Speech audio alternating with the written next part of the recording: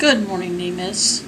The Saltillo Board of Aldermen received the good news, bad news scenario Thursday night during a special meeting when the city's engineer talked about how the water lines are too small for the growth the city has experienced since the 1970s when those water lines were constructed.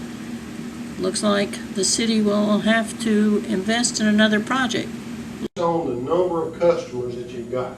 Now, let me sort of orient some of you to the circumstances of your water system so you can relate to it. This is the highway, the 4-lane 45, and that blue line actually represents a water line along the west side of the highway, but your water system basically is separated into two major subsystems. Everything east of the highway basically is on groundwater, supplied by well water. Everything on the west side of the highway is supplied from the purchase supply from the Northeast Mississippi Regional Water Supply District.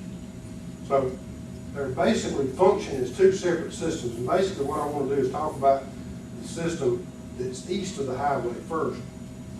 But this development that's coming in, and I'm just going to sort of put my finger on here. Some of these areas y'all may recognize. This is Cherry Hills that's accessible off of the highway up the Pull-Tight Road. It's a pretty good sized development. Then there's a Ivywood development that's right here behind sort of Charles Baldwin's store back in here. So that's maybe give you a little bit of a point of reference. And basically, when we imposed, or when we started looking at what would happen if you imposed another subdivision in here and the water system demands that it would create, before we even got there, we said, well, wait a minute. We already know that the system is deficient because all of these orange dots were determined to be low pressure before even Ivywood was there, and certainly before this proposed Gifford development is proposed. So basically what I'm saying in a roundabout way is you're starting off in the hole to begin with, trying to figure out basically what was going on over here when Dale's subdivision was going in.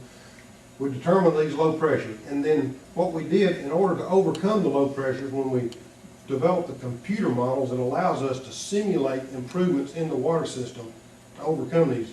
And this pink line right here is the proposed water line improvements that would basically, in the east part of your water system, if you built an 8-inch line from the water tank that's on 145 down there by 45 quick stop, yeah, all the way up to Larry Webb Road, and then ran a 6-inch down Larry Webb Road, that would clear up all of the pressure issues up the main part of the highway, up the highway sort of in the north part of the system.